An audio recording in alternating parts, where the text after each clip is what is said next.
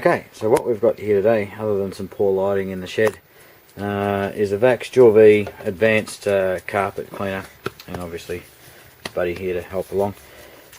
Now the reason I'm doing a quick video on this, and it is press the trigger up here on the handle, nothing actually happens. It will dispense water if it's just on rinse down here, but if it is set to wash, it'll continue to dispense a little bit of water, but it's not actually dispensing any detergent at all. So what I have done previously is pull it apart, and what I did do, and this may be the reason for the fault, is that as per instructions, which I didn't read, being a guy, and checking up on the internet, is that you're meant to empty this out, empty out your tank, specifically the one with the detergent in it, because if you leave that in your lines, what it's actually going to do is it can harden, and over time it's obviously going to cause some blockages, etc, etc. So I took the tank out, and with the compressor over the back there, I blew out all the lines to make sure there was no blockages, and still wasn't getting any activity out the nozzle here as far as the detergent goes. So it was working otherwise. What I did was spray some detergent on the floor inside, on the carpet inside, and made sure all the other functions were working before I started, doing anything and spending some money on it. And it worked okay. So what we actually need to do is get into this back panel here. Now this back panel is all one piece. It's this piece here, it goes all the way down here, and it actually overlaps or underlaps, goes down into this section here, and sits under this section here and under this section here. So stupidly enough, to get this back section off, which is where your pump is, that we actually are going to get around to replacing here, and your hoses that you want to check, obviously, if you think you've got a blockage or something like that. So we need to take all this piece off, we need to flip it upside, take the bottom off, or at least remove some screws underneath so we can lift this section up, and then we can separate this from the bottom and then pull this section out here. Believe me, it's a bit of a pain in the backside. I'm going to get around to doing it again now.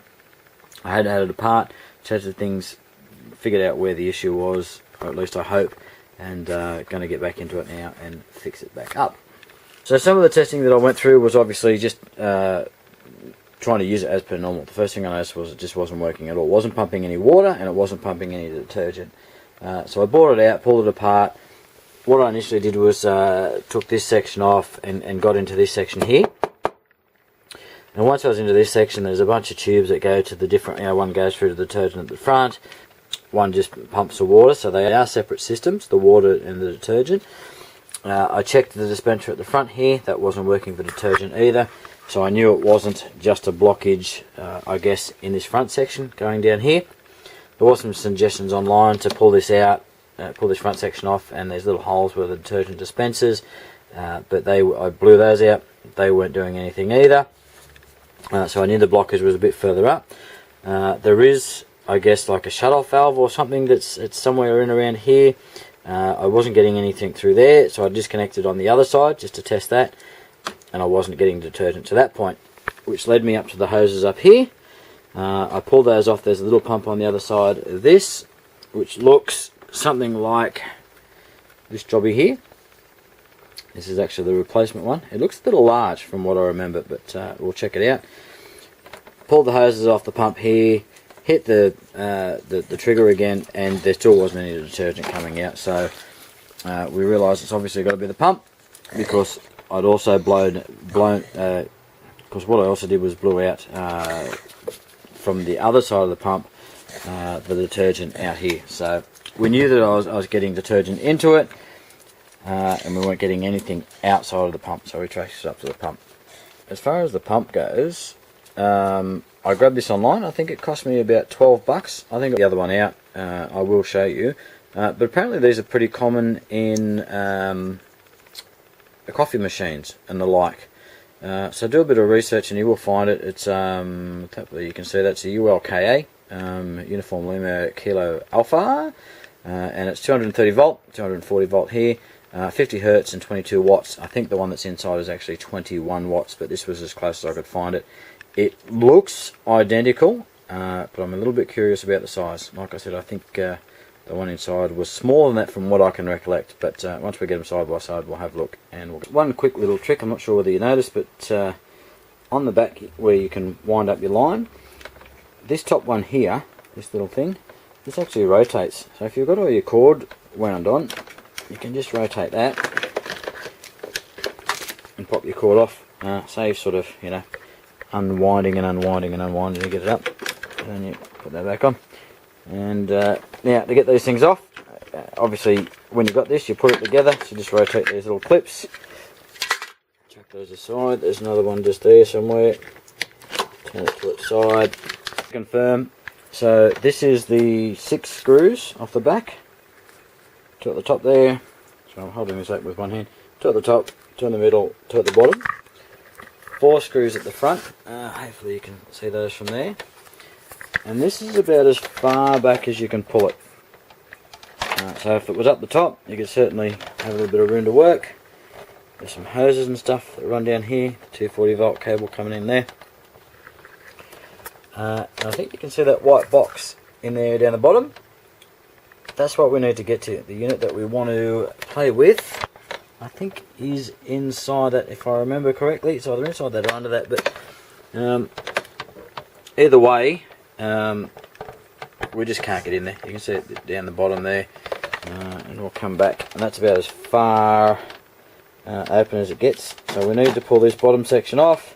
So flip her up, get ready to take the bottom off, or certainly take the screws out to lift this top section so we can actually get into that. So you're pretty much going to dismantle this whole thing just to get to this one piece. Why this section? Obviously if you're going to service it with the pumps and stuff in the back, those are the things that are most likely to fail. Why they didn't make this just one panel on the back, I don't know. I have actually got half a mind to grab the Dremel and just cut that straight across, but since we've had it apart, it just takes a little bit more time, pain in the backside, but let's do it properly. Alright, right, now remember when I said finagle, and this is a bit of a crappy operation. I'd forgotten all about this, and I tell you what, it shits me even more the second time that I got to do it.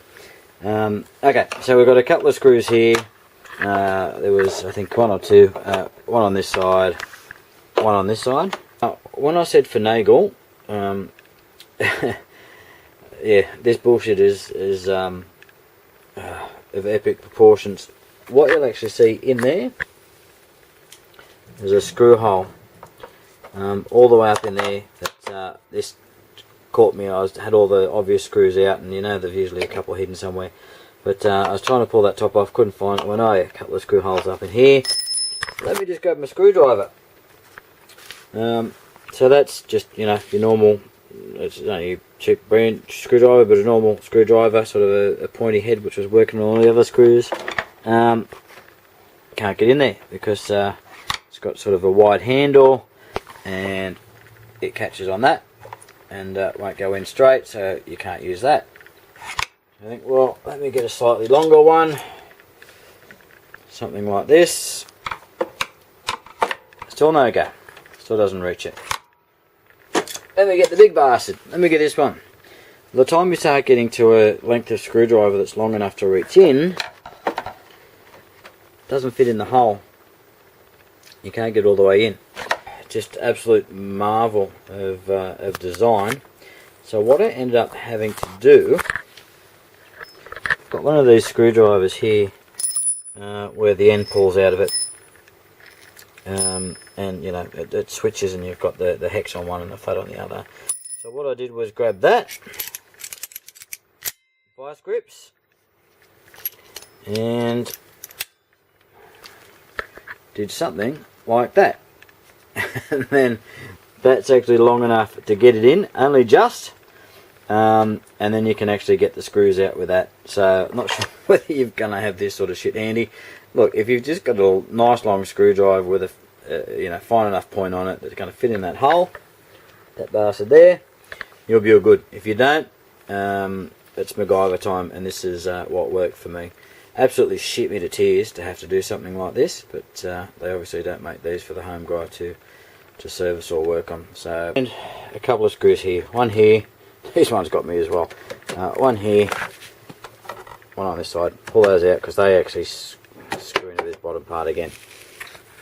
So now we've got that front section off, and the reason you need to lift that is to get these off, because there's a hidden screw here and there's a hidden screw here, and we need to get those off because I think you can see in there this section actually goes under there, and that's what actually gives you the rotation when this drops down. So and it goes in there. So effectively we need to pull all this bullshit apart to get these up, to get this off. Okay, and here we go. So this is the back panel off. As I said, that little white cover sits on top of the pump there itself. You do go back to putting it together. This is just your max thing, you know, that you for suction when you're extracting the water. You see that's just spring loaded there, so there are springs in it. You don't need to open it up, so don't worry too much about that. And that just pushes this up and down. Oh, I shouldn't have done that because there is some springs at the front there. So leave that in place. Try not to bump that out because I have bumped that out. And there's a lever up there that's got a spring on it, and you kind of get a ping fuck it moment where it goes, you ping, and you're like, ah, fuck it. And next thing you know, you're crawling around the shed looking to see where that spring gone, inevitably under something. Over this side, not too much to worry about. Again, springs and stuff in here, don't mess about with that. This one, this side is pretty straightforward. You see, it's just put your foot on this, and this is what enables the tilt backwards and forwards, the main section. So you'll see this does go in when you push this down, and there is a locator hole on the side here. So when you're putting this back on, you need to make sure that that lines up. You have to sort of, you know, use 3 hands, put that back on, line this main section up, and make sure that pin goes in, and then screw it down so it all locks in. So here are our 2 pumps side by side, and you'll see the one on the left is the purchase one, on the right is the original, and I think you can see on that, I'll turn them so you can read them. 50 Hertz, 22 watts. This one 220 to 240, 50 Hertz, 21 watts. You thought shit couldn't get any worse. You're probably looking at these the same as I was, going, yep, they're exact. In the same, duplicate, identical even. That was what I thought until I went to put this other one in and it wouldn't fit. As far as connections, all that sort of stuff, yep, everything's identical, spade same size. The hose connections, everything fits inside the holder, great. Until you try and put the magnet in. Oops, alright. And that doesn't fit. It doesn't slide in there. The original's on the right, the new one on the left. And you have a look at this plastic bit just here. Sorry, one-handed. And you'll see the one on the right, the original, it's just a little bit deeper, a smidge wider. 15th even, but it's enough for that other piece not to slide in there, which is where it needs to sit. I am considering just chopping that off and maybe super gluing it or something. I'm even considering just taping the bastard on, but for now I'm going to try and see if I can do a better job than that. It did have a little bit of a lip in here, so I've scissored that off. Still not enough. I reckon I can squeeze this thing in here, and I have been trying that without success, but you'll see the heat gun line there. I'm going to hit that with the heat gun and soften it up a little bit and see if we can't get this in here. I managed to get that a little bit further in than it was. It doesn't look great, but it's certainly better than it was. I probably could have forced that a little bit harder, but I'm not sure whether you've worked with heat guns, but they get hot, obviously. and trying to push that in, I didn't want to make any damage to this, getting that too hot. This was starting to melt, which wasn't what I wanted, and of course my hands were in there nice and close, and yeah, stings a little bit. So that's about it. I'm going to push that in as far as I can and then hit it with some lacquer tape. Aha! The pistol resistance, huh? So there we go. So that's it, taped up. Will it work? I don't know. There's not much else I can do with it. So, and just to show you, when I took this hose off, there's the detergent in there, the liquid. So you can see the liquid was at least getting down to here. So, and then it wasn't getting beyond this point. So it has to be this.